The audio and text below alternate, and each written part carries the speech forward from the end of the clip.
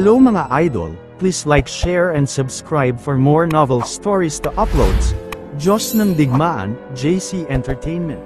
Kabanata 511 hanggang Kabanata 520. Kabanata 511. Tinong makakaalam na babanggitin nila ang pangyayaring iyon ngayon. Ito ay magiging lubhang kaiyahiya kung Jack ay talagang afforded ang villa sa pamamagitan ng pagiging isang sugar baby. Mas nakakahiya kung matanda na ang sugar mommy niya. Siguro sa kanyang 70s, kahit 80. Iyon ay kahihiyan na hindi masasabi. Wala namang sugar mommy, nagbibiro lang sila, ngumiti si Jack at sinubukang ipaliwanag ang sarili. Pwede mong ihinto ang pagtanggi. Tumawa si Ken at pagkatapos ay nagpatuloy, mayroon kaming mga larawan upang patunayan ang aming mga salita. Lalong naguluhan si Old Master Taylor. Nilinggan niya si Ivan at tinanong, Ivan, anong nangyayari dito? Paano ang tungkol sa auction? Paano ang mayamang babae? Iyon ay noong idinetalye ni Ivan ang sitwasyon kay Old Master Taylor. Siyempre, hindi niya nakalimutang banggitin na binili ni Jack ang villa sa isang auction. Nagdilim ang mukha ni Old Master Taylor sa bawat salita. Halos mamatla ang kanyang mukha nang sabihin niya, naisip ko kung paano mo nagawang mag-fork out ng mahigit 70 milyon para makabili ng villa nang walang paunang bayad sa iyong sweldo. Isa lang ang posibilidad at iyon ay makakuha ng pera sa iyong sugar mommy. Pagkatapos ay itinuro niya ang villa at nagpatuloy, ito ay isang magandang regalo at talagang gusto ko ang villa na ito. Ngunit kung binili mo ito ng maruming pera, hinding-hindi ko ito tatanggapin at hinding-hindi ako titira rito. Ako, si Zeus Taylor, ay makararamdam ng kahihiyan at karumal-dumal na pagtira sa bahay na iyon. Last but not least, hinding-hindi kita makikilala bilang manugang ng Taylors. Isa kang kahihiyan sa pamilya namin. Tama, huwag mo na kaming hiyain pa, Scram. Oo, go. Pumunta ka sa sugar mommy mo. Sino ba ang makakakilala sa isang pauuna na tulad mo ay magiging sugar baby para lang mabili ang Reg Along ito para sa Old Master? Hehe. Ito ay, ang mga kamag-anak ng pamilya Taylor ay nagsimulang tumutunog sa isa-isa. Jack, binhaygo mo kami. Nagalit din si Andrew. Naisip niya na sa wakas ay makakamit ni Jack ang pagkilala mula sa lahat sa masayang kaganapang ito sa pamamagitan ng pagtatanghal ng villa na ito bilang isang regalo. Kung iyon ang kaso, si Andrew at ang kanyang pamilya ay makakalipat na lahat sa villa. Hindi niya nakita ang pagdating nito. Mahal kong anak, paano ka? Mas gugustuhin kong pakasalan mo si Sharon kaysa maging sugar baby sa isang mayamang babae. Namumula ang mga mata ni Joan at hindi siya makapaniwala na gagawin iyon ng kanyang anak. Sa hindi inaasahang pagkakataon, tumawa ng malakas si Jack at nagtanong, wala na bang ibang paraan para mabili ko ang villa maliban sa humingi ng advance salary payment at maging sugar baby? Tinong nagsabing wala akong pera. Huminto muna siya bago nagpatuloy, totoo na binili ko ang villa sa sarili kong pera. Hindi ba alam ng sino man sa inyo na si Daxia ay nagbigay ng malaking gantimpala sa mga veterano? 5 taon na akong nagsilbi sa militar at maaaring nakita na ng iba sa inyo na lumaban ako noon. Akala mo ba makakaligtas ako ng 5 taon bilang isang ordinaryong sundalo? Lalong naging emosyonal si Jack habang nagsasalita. So, hindi lang siya isang ordinaryong sundalo. Ang ilan sa kanila ay nagsimulang manghula ng halos alam nila ang kakayahan ni Jack sa pakikipaglaban, kung paano siya nakipaglaban sa isang dosenang tao. Ang walang kahirap-hirap. Kabanata 512. Oo. Napakakaunti ang talagang makakaligtas sa nakalipas na 1 buwan sa larangan ng digmaan, lalo pa ang 5 taon. Tama ka, ang makakasurvive ng 1 taon ay itinuturing na above average good. Si Jack ay dapat na napakahusay upang makapaghang doon sa loob ng 5 taon. Hindi siya basta ordinaryong sundalo, baka mas mataas ang posisyon niya. Marami ang nagsimulang mag-second guess.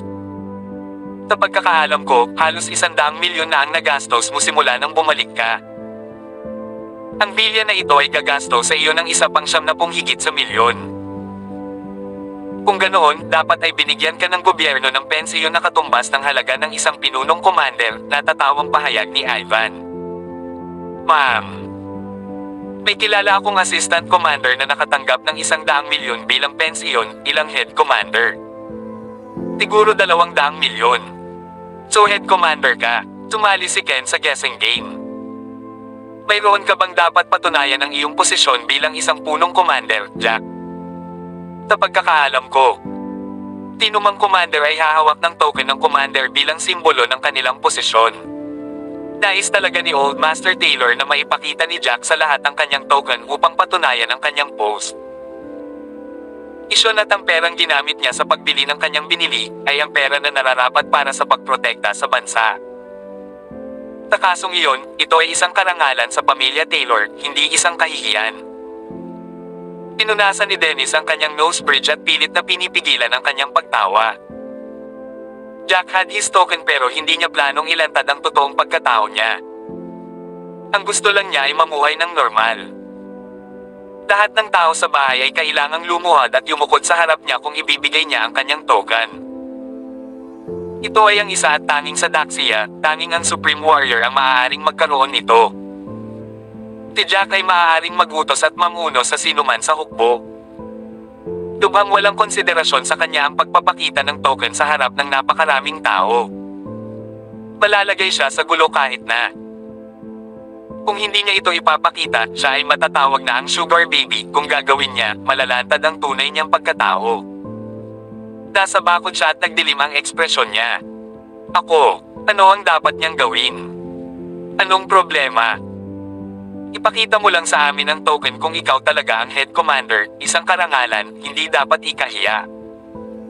Halika, itikom mo ang kanilang bibig. Naniniwala ako na hindi ka sugar baby, pilit na hinihikayat ni Joanne si Jack. Pagkatapos, sumingit si Ivan habang nasa sabik siyang makitang hindi maipakita ni Jack ang token. Huwag mong sabihin sa akin na wala kang token bilang commander. Tingnan natin kung hanggang kailan ka pa makakapagbigay sa palabas na ito, Jack. Tapat na kahiya-hiya na ikaw ay isang sugar baby, at upang takpan ang kasinungalingang iyon ng pension ng head commander. Nakakatawa iyan. Halika, Jack. Masyado kang confident ngayon. Paano mo mapapatunayan na hindi ka isang ordinaryong sundalo? Nasaan ang iyong token? Wala kang mapapatunayan kung wala ito. Natawa si Cecilia at inisip na wala na siyang maipapakita kung tutusin.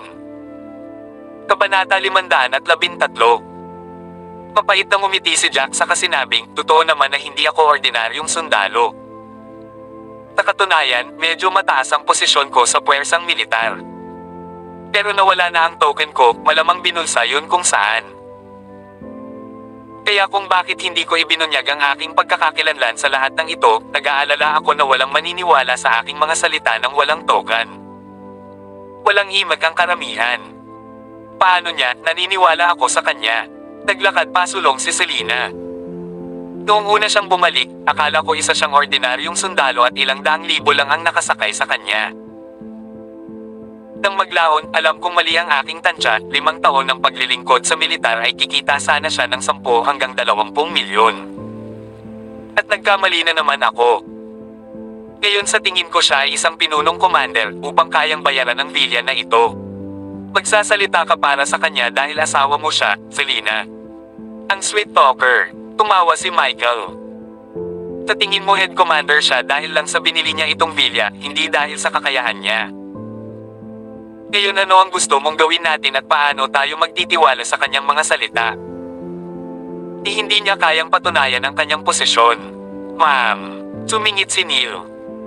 Sa lahat, alam namin na ang pera ay maaaring mula sa kanyang sugar mommy. Ivan chimed in, so sabi mo sa iyo ang pera. Taka paano mo ipapaliwanag ang relasyon mo sa mayamang babaeng iyon? Nakita ko na siya ng maraming beses. Kahit minsan ay lumabas ka ng vilya kasama siya. Patuloy ni Neil, palagi siyang nagsusuot ng maskara na parang iniiwasan niya ang mga paparazzi. Ito ay isang palatandaan na iniiwasan niya ang kanyang asawa o mga kakilala, at nangangahulugan iyon na pareho kayong walang silbi. Isang mayamang babae. Hindi ka ba nag-aalala na papatayin ka niya kapag nagalit ka sa kanya? Malamig na ngumiti si Jack at nagpatuloy, stop guessing, everyone. Pupunta siya dito mamaya at malalaman mo kung sino siya. Umanda ka. Ano? Pupunta siya dito. How dare she? Tumawa si Ivan. Wow, ang kapal ng mukha na babae para maglakas loob na magpakita ngayon. Sok-sok, tumawa din si Ken. Telina, tingnan mo ang sugar mommy ng asawa mo. Darating na siya at kunin ang kanyang lupain. Unang-una, mayaman siya pero hindi ganoon kayaman. Ang kanyang kayamanan ay ipinagkaloob ni Daxia bilang pabuya sa kanyang paglilingkod sa bansa. Pangalawa sa lahat, darating siya ngayon bilang respeto sa akin. Kung hindi, hindi siya dadalo sa mga function na tulad nito. Nagdilim ang ekspresyon ni Jack. Nagalit siya dahil hindi niya matiis na pinagtatawanan nila ang kanyang alagad na si Lana.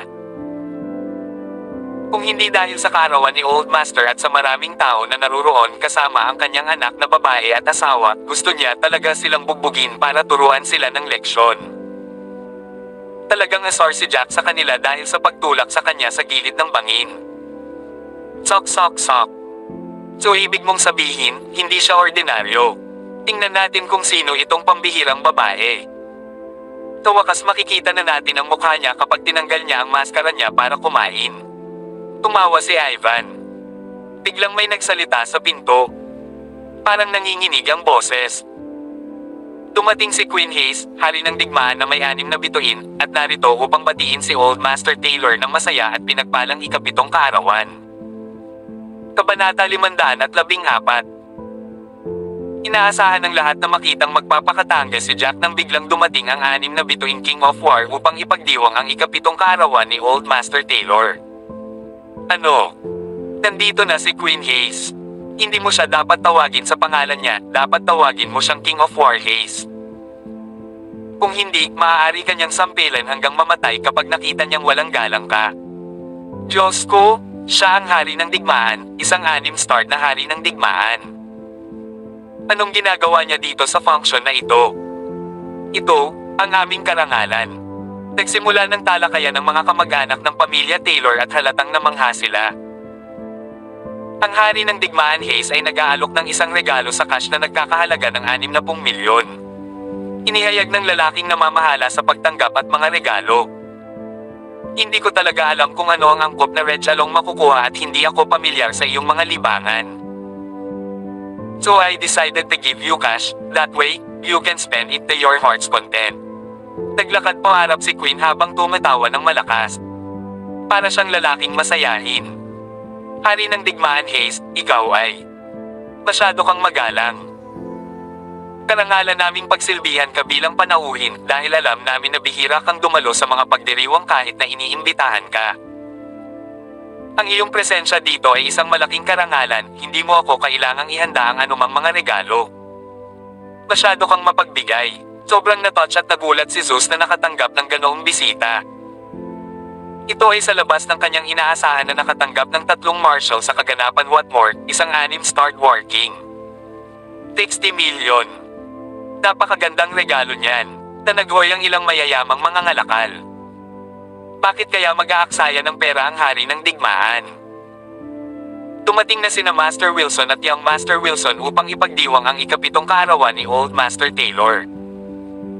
Darito ang isang pares ng Jade Scepters para sa birthday star. Maya-maya pa, dumarating ang mga bisita. Nakasimangot ang mga kamag-anak ng pamilya Taylor habang ang ilan ay hindi maiwasang mapatingin kay Jack. Tama ba ang sinabi ni Jack na dadalo sa birthday party ang mga hindi inaasahang bisita at mga hari ng digmaan? Bueno, napakarami sa kanila ang dumating na. Ang pamilya Wilson ay hindi kailanman dumating sa mga nakaraang kaganapan kahit na sila ay isang pangatlong klaseng aristokratikong pamilya, ngunit nagpakita sila. Dumating si Head Commander Liam Bennett upang batiin si Old Master Taylor ng maligayang ika-7 kaarawan. Nagregalo siya ng gintong suklay. Muli, inihayag ng lalaking namamahala sa pagtanggap at mga regalo. Hindi nagtagal, isang punong komandante ang pumasok sa bulwagan kasama ang kanyang pamilya. Pinagtatawanan mo ako. Tama si Jack, nagdilim ang mukha ni Ivan habang pinagmamasdan. Nag-aalala siya na si Jack ay makakakuha ng mga papuri at papuri mula kay Old Master Taylor sa pag-imbite ng 200 mesa ng mga bisita. Naisip din niya kung paano hinulaan ni Jack na magpapakita ang mga taong ito na may mataas na katayuan sa lipunan. O, nagpakita ba sila dahil alam nilang darating ang hari ng digmaan? Dumating na si Assistant Commander Chris Tyson upang ipagdiwang ang ikapitong kaarawan ni Old Master Taylor. Iniregalo niya sa matandang master ang 2 piraso ng gintong Phoenix Hairgun. Habang nagkakamot ng ulo si Ivan, mas maraming bisita ang dumating, isang commander pa rin. Medyo mataas din ang posisyon niya. Dumating si Master Louis mula sa isang pangalawang klaseng aristokrata na pamilya kasama ang kanyang pamilya upang ipagdiwang ang ikapitong kaarawan ni Old Master Taylor. Nagpakita sila ng Jade Abacus. Kabanata 515. Isa pang hindi inaasahang bisita ang dumating sa isang pamilyang may 3. Iniharap nila ang kanilang regalo pagpasok nila sa bulwagan. Jack, paano mo nalaman na maraming tao ang magpapakita? Hindi na napigilan ni Old Master Taylor at nagtanong. Talaga bang magkakaroon ng mga bisita upang punan ang 200 mesa? Medyo kalmado si Jack. Umiti siya at umubo. Lolo, nakikita mo ang mga bisitang dumating ngayon. Sino ang magbabayad ng kanilang mga pagkain? Kung magbabayad ka, sasabihin ko sa iyo. Tama iyan. Hindi mo kayang bayaran ang anak ko para dito. Tingnan mo, ang mga aristokrate sa pangalawang klase, mga hari ng digmaan, mga commander ay narito lahat. Binigyan ng sapat na oras, marahil kahit isang Diyos ng digmaan ay magpakita sa lalong madaling panahon. Mabilis na mungkahi ni Joanne. Well, babayaran namin ang lahat ng bisita ngayon kahit gaano pa sila karami. Tuwang-tuwa si Old Master Taylor. Mahinahong ngumiti si Jack at sinabing, siguro dahil narinig ng mga taong ito ang balitang lalabas ngayon ng Diyosa ng digmaan. Kung magpapakita siya, marami din ang iba. Diyos ng digmaan ay magpapakita. Napabuntong hininga si Old Master Taylor. Ano ang nangyayari? Bakit dadalo ang isang God of War sa pagdiriwang na ito? May koneksyon ba sa kanila ang pamilya Taylor? Ngunit kung hindi dahil sa Diyos ng digmaan, bakit lahat ng taong ito, hari ng digmaan, commander, at iba pa, ay dadalo sa kanyang kaarawan? Narinig ni Dennis ang kanilang pag-uusap at lumapit sa kanila at sinabing, huwag kayong mag-alala, pupunta ngayon ang Diyosa ng digmaan. Nabanggit niya ito sa aming huling pagtitipon at inanyayahan niya kaming pumunta at ipagdiwang ang iyong kaarawan kasama ka. Ang galing. Tuwang-tuwa si Old Master Taylor na may magpapakitang God of War sa pagdiriwang ng kanyang kaarawan na magiging malaking karangalan sa pamilya Taylor, anuman ang dahilan kung bakit siya nagpasya na dumalo sa party. Sa ganoong paraan, hindi na muling makikita ng mga aristokrate sa pangalawang klase ang katulad na paraan ng Taylor. Higit pa rito, ito ay isang magandang pagkakataon para sa kanila na mabawi ang kanilang reputasyon sa lipunan. Iyon ay magbibigay daan sa kanila na madaling masecure ang mga deal sa negosyo sa pangmatagalan. Dapat ba nibiro mo ako, darating ang Diyos ng digmaan? Natigilan sina Ivan at Ken matapos malaman iyon. Inaasahan nilang ipagyayabang ni Jack ang listahan ng panauhin, hindi talaga nakakakuha ng di inaasahang dadalo. Natakot sila na kahit na ang 200 mesa ay hindi sapat para pagsilbihan ang mga panauhin kung ang isang Diyos ng digmaan ay talagang nagpakita. Iyon ay magiging isang seryosong issue. Jack, paano mo nagawa ito? Bakit hindi mo kami inunahan tungkol sa pagdalo ng isang God of War? Nahuli kaming lahat. Ang isang Diyos ng digmaan ay maaaring magalit sa atin dahil sa hindi paghahanda ng sapat na mga mesa para sa lahat. Kaya mo bang tanggapin ang mga kahihinatnin kung hindi mo nabok itong dagdag na 200 mesa? Nabalisa si Ivan kaya pinagalitan niya si Jack. Gusto kong maging surprise sa ito, nakangiting sabi ni Jack. Kahit ano, Jack. Hindi na namin ituloy ang usapin tungkol sa dagdag na 200 mesa. Pero nabanggit mo na, darating din yung sugar mommy mo. Kung hindi mo pa rin mapapatunayan sa amin na binili mo ang bilya ng walang pera sa kanya, sugar baby ka pa rin. Hindi ka man lang makapagpakita sa amin ng isang token para patunayan ang iyong posisyon bilang commander. Kanina pa nila hinihintay ang pagkakataong ito para asarin si Jack ngunit naantala ito sa dating ng King of Wars. Muli nilang binisita ang paksa nang makarating ang mga bisita sa likod bahay. Jack, hindi ko tatanggapin ang red chalong ito kung binili mo talaga ang villa gamit ang pera ng sugar mommy. Ito ay hindi isang bagay na gusto kong isali ang aking sarili, si Zeus ay nagsalita ng buong katiyakan. Iyon na ang kanyang huling straw at kailangan niyang iligtas ang kanyang mukha mula doon. Kabanata 516. Natuwa naman sina Ivan Taylor at Ken Clark na nasa tabi nila nang marinig nila ito. Hindi sinabi ni Jack sa mga Taylor na maghanda ng higit pang mga mesa nang malaman niyang darating ang Diyosa ng digmaan. Gayunpaman, wala silang ideya na si Jack ay kalmado pa rin. Malalaman mo kung isa siyang rich lady kapag nandito siya. Paano ko ito ilalagay? 900 milyon ay wala sa kanya. Ano pa 70 milyon? Taglit na huminto. Tilinggan ni Jack si Old Master Taylor at idinagdag. Nakahanda na ang regalo mo, Lolo, ngunit hindi ito ang villa sa tabi nito. Ano? Marami sa mga tao ang huminga ng malalim nang marinig nila ito. Kung hindi ang villa na iyon, ano ang regalo niya? Nakasimangot si Selena na nakatayo sa likod ni Jack. Puno ng sorpresa ang lalaking ito, halos hindi na siya makasabay. Kaya ang red chalong inihanda niya para sa kanyang lolo ay hindi ang villa. Hindi sa villa. Kung gayon, ang villa na ito ay napaatras si Zeus Taylor. Paglingon sa likuran niya, hinailan ni Jack si Selena palapit sa kanya. Pagkatapos ay kinuha niya ang isang susi sa kanyang bulsa at inilagay sa palad ni Selena. Para kay Selena yan. Ang lugar na kasalukuyang tinutuluyan namin ay walang sapat na espasyo kaya gusto kong lumipat ang aking pamilya. Gusto kong sorpresahin si Selena noon pero hindi ko akalaing makikita ito ni Ivan at masisira ang sorpresa. Magiliw na hinawakan ni Jack ang mga pisngi ni Selena. I'm sorry, honey. Gusto kong maghintay hanggang matapos ang hapunan para sabihin sa iyo ito ngayong gabi at dalhin ka doon para tingnan. Wala akong ideya na mauuwi ito sa ganito at wala akong ibang paraan kundi sabihin sa iyo ang totoo ng medyo maaga. Napatulala si Selena, kaya napaawang ang mapupulang labi. Iniisip niya kung mali ba ang narinig niya. Sa lahat ng oras na ito, ang villa ay hindi ang lugar kung saan si Jack at ang mayamang babae ay lihim na nagkikita, regalo niya iyon sa kanya. Tahimik niyang pinasalamatan ang kanyang sarili dahil hindi niya pinag-isipan ang bagay na iyon o inilantad si Jack para dito. Kung hindi, ang mga bagay ay maaaring maging masama. Jack, did. Mali ba ang narinig ko? Kumastos ka ng mahigit 70 milyon at nanalo sa auction sa tapat ng villa para lang ibigay ito sa anak ko.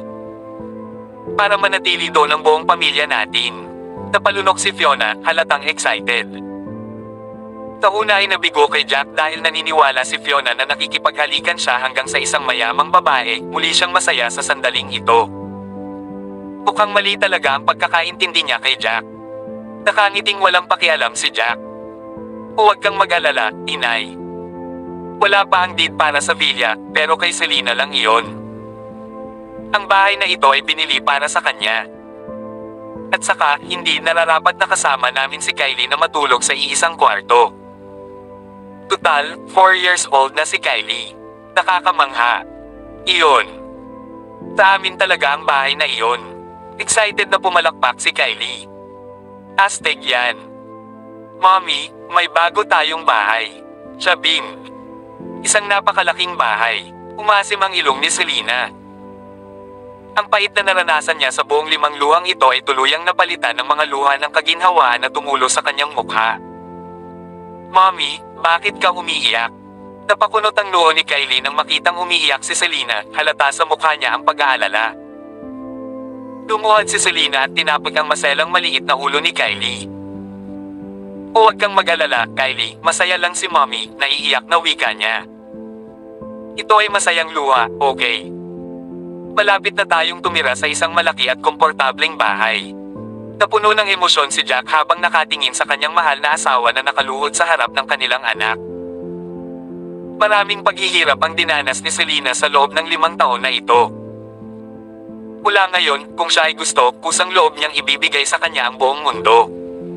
Sige, tumango si Kylie. Kabanata 517. Silang tatlo, Ken, Neil, at Michael, ay nagsimulang sumimangot habang ang eksenang nasa harapan nila ay nagsaselo sa loob. 90 million lang o kaya? Kung papakasalan mo ako, wala kang problema sa pagkakaroon ng 1 o 2 bilyon, bulalas ni Michael na nakalapat ang mga labi sa isang mahigpit na pagsimangot. Nakuha ni Jack ang puso ni Selena sa pamamagitan ng pagbili ng isang villa, hindi man lang niya sila binigyan ng pagkakataon na pasayahin siya. So sinasabi mo na para kay Selena itong villa, di ba Jack? Paano ang regalo ng matandang master kung gayon? Pika ni Cecilia, hindi na napigilan ang pag-usisa. Pumalukip-kip ang kanyang mga braso sa kanyang dibdib, mayabang niyang idinagdag, posible bang hindi ka naghanda ng anumang regalo? Tama, Jack. Paano ang pangako mo sa amin dati? Makakalabas ka sa mansion ng Taylor kung wala kang inihanda. Tumayo din si Ivan. Parang may bumbilya sa ulo, sumigaw si Ken, Jack, bumili ka ng villa para sa asawa mo. Ano ang sinasabi nito tungkol sa iyong pagiging mapagbigay? Ibig sabihin napakayaman mo. Kung ganoon nga, ang red chalong inihanda mo para sa matandang amo ay tiyak na napakahalaga. Nagdesisyon si Michael na sumama habang nagsasalita, posible bang 10 milyon lang ang inihanda mong regalo? Kung iyon ang kaso, hindi ba ito ay medyo isang pag-downgrade para kay Old Master Taylor? Total ni regalo mo lang sa asawa mo ang isang villa na binili mo ng halos 100 milyon. Hindi na bigla. Sumagot lang si Jack, huwag kang mag-alala, mas mahal pa sa villa na ito. Ngayon na talaga. Maraming mayayamang negosyante dito, he mused. Ang daming tao dito. Kailan mo ilalabas itong regalo mo? Mas mabuti kung ito ay isang bagay na makapagbibigay sa atin ng pagtakbo para sa ating pera. Nagsimulang magmura si Michael. Tapos, narito ang master ng pamilya George kasama ang kanyang pamilya upang batiin si Old Master Taylor sa kanyang kaarawan. Walang nakakita sa pagdating nito. Nandito ang pinuno ng pamilyang George, siya na mula sa unang klaseng aristokratikong pamilya. Nandito talaga sila. Nandito na ang mga tao ng first class aristokratikong pamilya. Nagsimulang magdaldala ng mga tao sa kanilang sarili sa pagdating ng pamilya George. Tama na yan. Ang mga regalo ay maaaring ibigay sa akin anumang oras. Talagang abala kami ngayon, sabi ni Old Master Taylor, na epektibong hamarang kina Ivan at Michael. Kailangan ko munang i-welcome ang George family master. Ito ang pamilyang George na pinag-uusapan natin. Pagkatapos ay nauna ang matandang Panginoon at binati ang pamilya George na may ngiti. Napakaraming importanteng bisita ang nandito ngayon. Para sa kanya, hindi ganoon kahalaga ang regalo sa kanya ni Jack. Ang mahalaga lang sa kanya hanggat ang perang ginamit ni Jack sa pambili ng villa ay hindi kinikita ng mga mayayamang babae. Bukod dito, ang sinabi ni Jack tungkol sa mga red chalong inihanda niya ay lumampas sa halaga ng villa ay masyadong engrandi, siguradong nagyayabang siya. Ang mga salitang lumalabas sa bibig ng lalaking ito ay madalas na hindi mapagkakatiwalaan kung minsan. Nandito ako para makita kang nagpapakatanga, Jack. Gayunpaman, masyado tayong abala ngayon, kaya bibigyan pa kita ng ilang oras. Hindi ako naniniwala na maaari mong hilain ito ngayon at iwasang ipakita ang kasalukuyan. Tumawa si Ivan. Gusto kong makita kung anong klaseng regalo ang naisip mo na mas mahal kaysa sa villa na ito.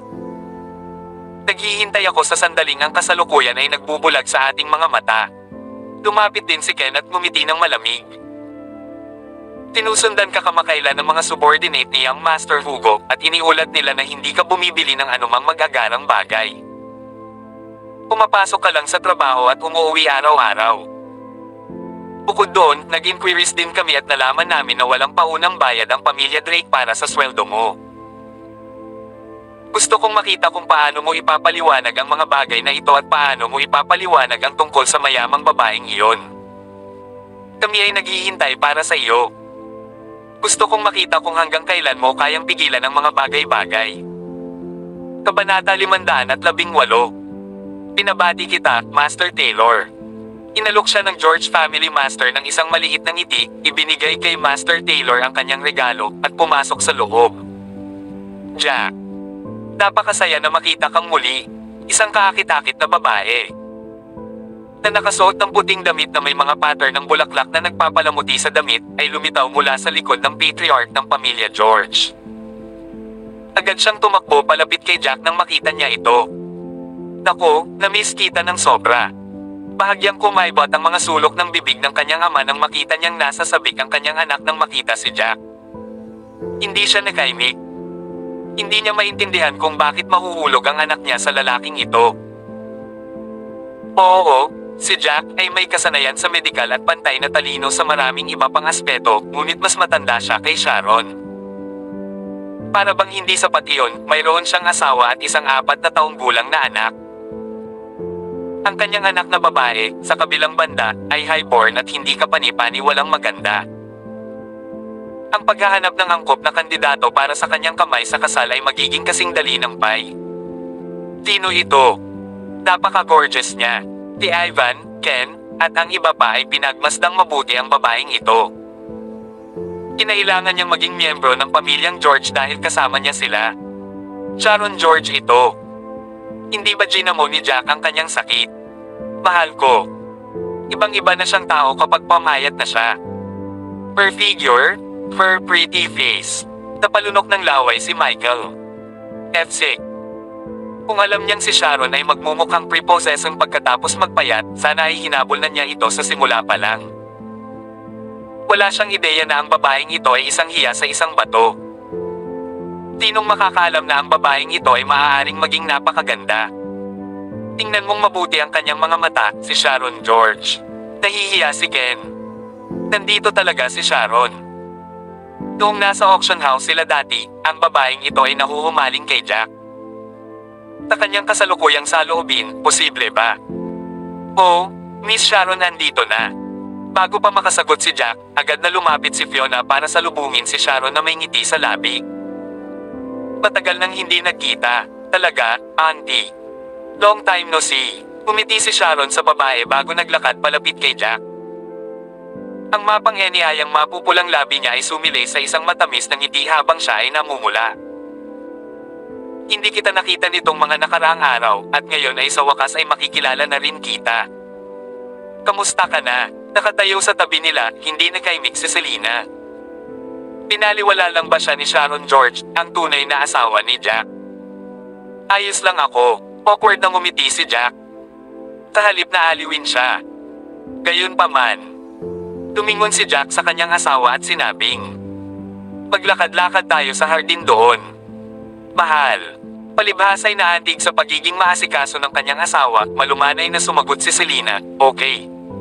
Inawakan niya ang kamay ng kanyang anak sa isang kamay at ang kamay ni Jack sa isa pa. Naglakad silang tatlo patungo sa garden na hindi kalayuan. Ako, natigilan siya, hindi makapaniwala si Sharon sa pagtrato niya sa kanya. Si Jack ay tunay na walang awa sa kanya, hindi man lang siya nag-abalang libangin siya kahit isang minuto. Sobrang nagustuhan niya ito, wala siyang ideya. Ang mas masama ay ang mga aksyon nito ay karaniwang nagsasabi sa kanya na sumuko na masaya siyang ikinasal. Hindi rin inasahan ni Fiona na ganoon din ang pag-arte ni Jack.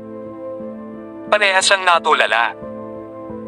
Nagmamadali siyang humakbang palapit sa dalaga at mabilis na nagsalita, "Huwag mong isapuso ang kanyang mga salita, Miss Sharon, masyado lang siyang bastos sa mga ganitong bagay. Alam mo rin na kagagaling lang niya sa battlefield." Napangiti ng mapait si Sharon bago ito sumagot, "Huwag kang mag-alala. Naiintindihan ko kung saan siya nanggaling, kaya no offense is taken. Normal ito dahil silang tatlo ay isang mapagmahal na pamilya. Hindi maganda na isali ko ang sarili ko ng ganito. Hindi pa ba ito sapat para sabihin na mabuting tao si Jack?" Kabanata 519.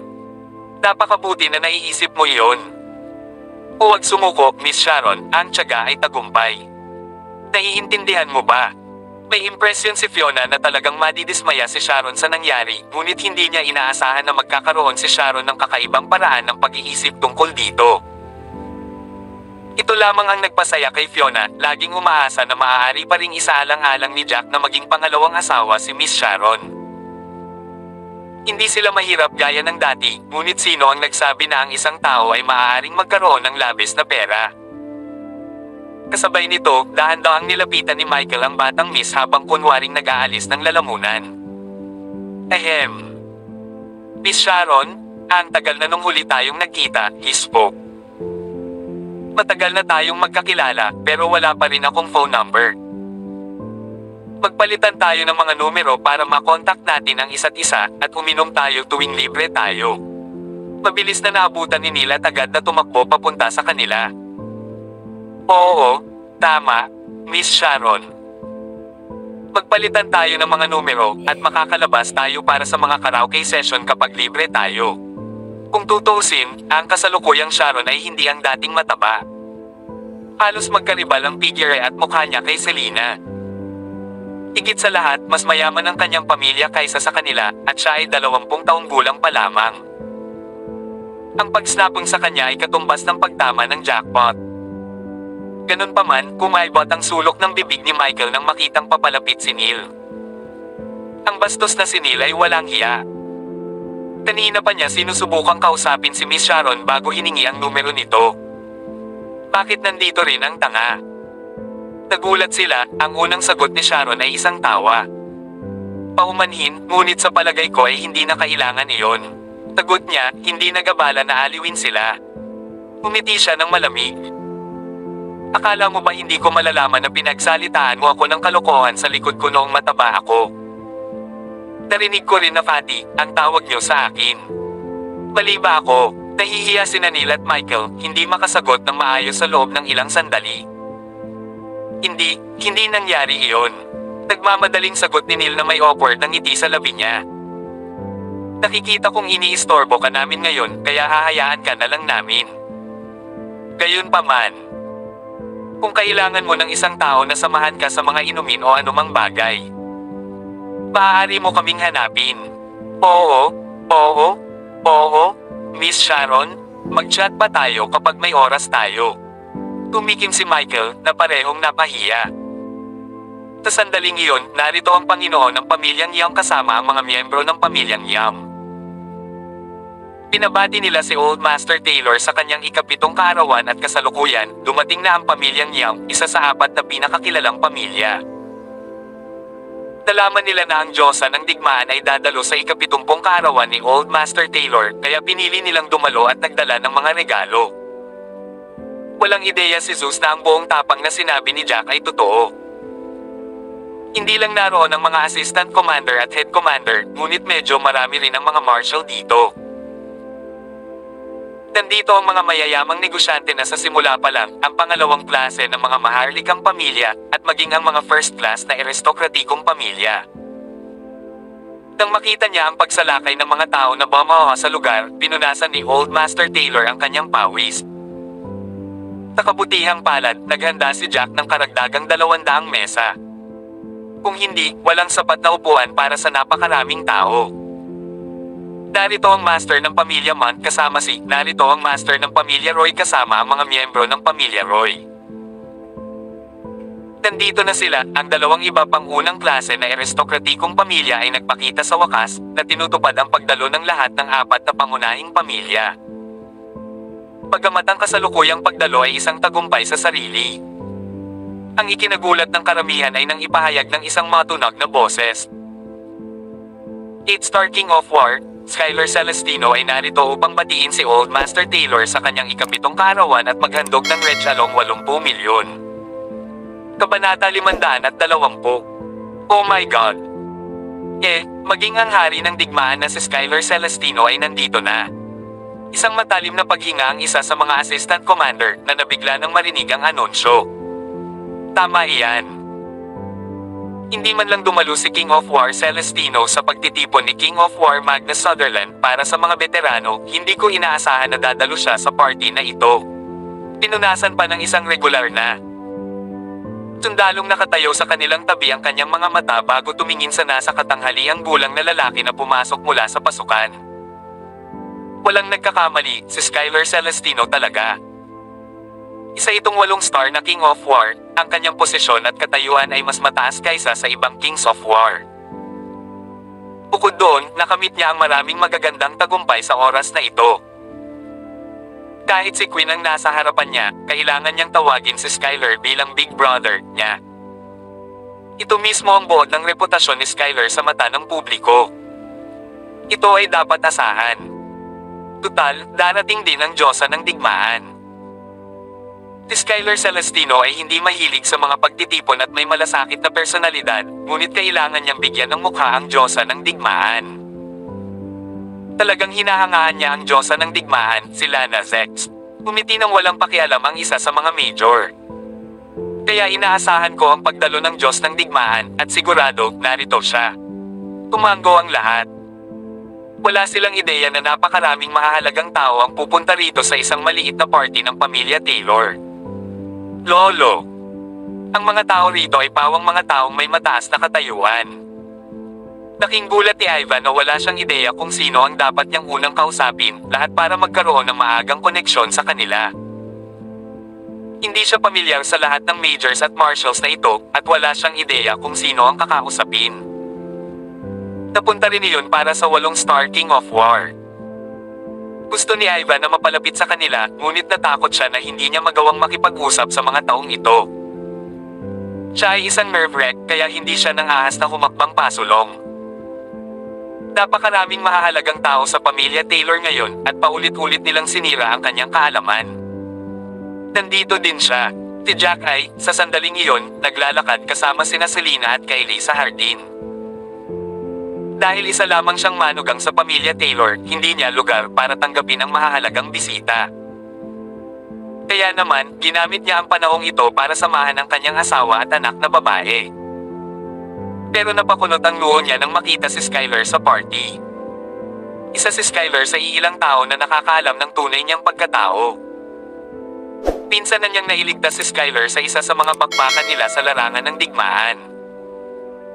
Sa sandaling iyon, pinutol ng kaaway ang PC ng kanyang maskara, at nahayag ang kanyang mukha nang mahulog ang maskara mula sa kanyang mukha.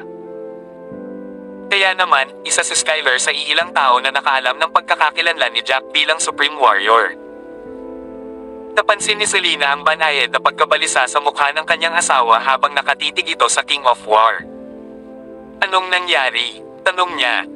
Jack. Agad namang tumalikod si Jack. Wala.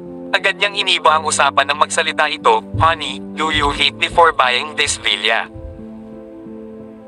Ang totoo ay nakipagpustahan ako kay Ivan Taylor, kaya para mapanalunan siya at paningin niya ang aking sapatos, ako, pinaglaruan siya ni Selena. Paanong hindi kita galit? How dare you buy it kung sobrang mahal? Ang presyo ng villa na ito ay maaaring bumili ng 3 sa parehong villa, tama ba?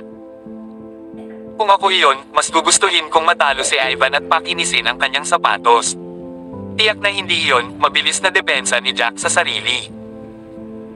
Hindi ko kayang pabayaan, grabe naman ang pambubuli ni Ivan sa'yo ni Kylie. Hindi ko na lang ibibigay. Sinasabi ko na sulit ang 90 million price tag para lang ipahiya siya. Please subscribe and hit the notification bell for more novel stories. JC Entertainment.